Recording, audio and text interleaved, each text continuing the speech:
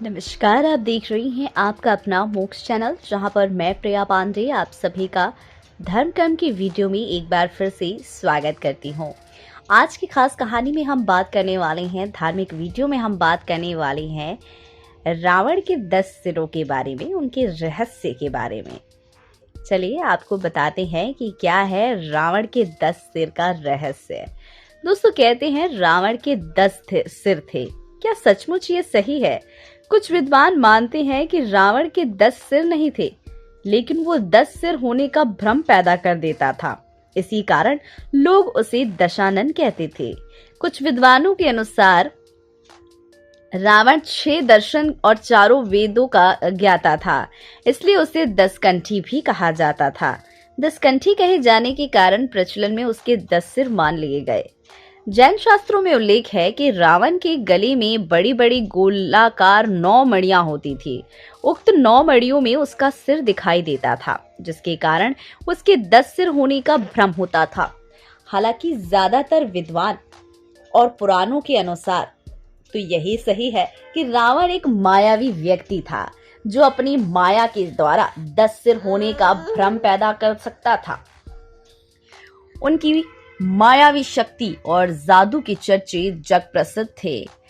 मारीच का चांदी के बिंदुओं से युक्त स्वर्ण मृग बन जाना, रावण का सीता के समक्ष राम का कटा हुआ सिर रखना, ये सब सिद्ध होता है कि राक्षस मायावी थे।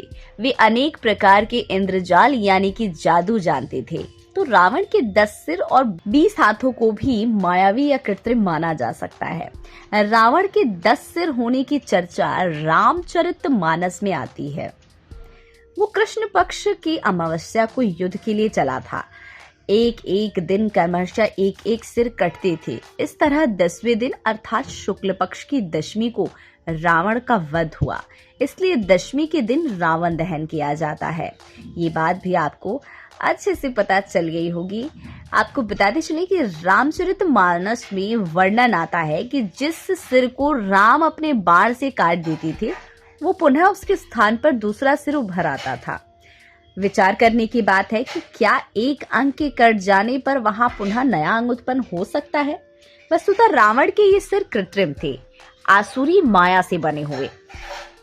रामायण में वाल्मीकि जी ने रावण के लिए अनेकों शब्द का प्रयोग किया है। रावण, लंकेश, लंकेश्वर, दशानन, दशग्रीव, शंखधर, राक्षस सिंह, रक्षपति, राक्षसीधप्पम, राक्षस सरदालुम, राक्षसेंद्र, राक्षसाधिकम, राक्षसेश्वर, लंकेश, लंकेश्वर। कुछ गिनती के स्थानों पर ही वाल्मीकि ने रावण के लिए 10 सिर सूचक दशानन, दशग्रीव या दशकंधर जैसे शब्दों का प्रयोग किया है। जहां ये प्रयोग किया है वहां पाते हैं कि रावण अपने प्रमुख 9 मंत्रियों से घिरा हुआ बैठा है। आपको बताते चले कि अन्य स्थानों पर रावण के लिए राजन, रावण, राक्षसेंद्र, लंकेश, लंकेश्वर शब्दों का प्रयोग हुआ है। वाल्मीकि रामायण में अनेक प्रसंगों में रावण के मंत्रियों के नाम मिलते हैं। आश्चर्य है कि रावण की मंत्री परिषद में 9 मंत्री हैं और ये सभी मंत्री रावण के भाई, भतीजे, मामा, नाना आदि ये सगे रिश्तेदार हैं। इसका मतलब ये कि 9 रत्न परंपरा रावण से शुरू होती है, सम्राट अशोक तक चलती है और बाद में तुर्क बादशाह अकबर इसे अपनाता है। रावण के मंत्री के जो नाम है, कुंभकर्ण जो उनका भाई था, विभीषण वो भी उनका भाई था, महापाशर्व वो भी उनका भाई था, महोदर भी भाई, इंद्रजीत उनका बेटा, अक्षय कुमार भी उनका बेटा, माल्यवान नाना का भाई था, विरूपाक्ष माल्यवान का बेटा रावण का सचिव था और प्रहस्त मामा प्रधानमंत्री। हालांकि रावण के बारे में एक अन्य प्रसंगानुसार जब रावण की घायल बहन शूर्पणखा रावण की राज्य सभा में जाती है, तो वाल्मीकि लिखते हैं कि रावण मंत्रियों से घिरा बैठा था। उसके 20 भुजाएं और 10 मस्तक थे।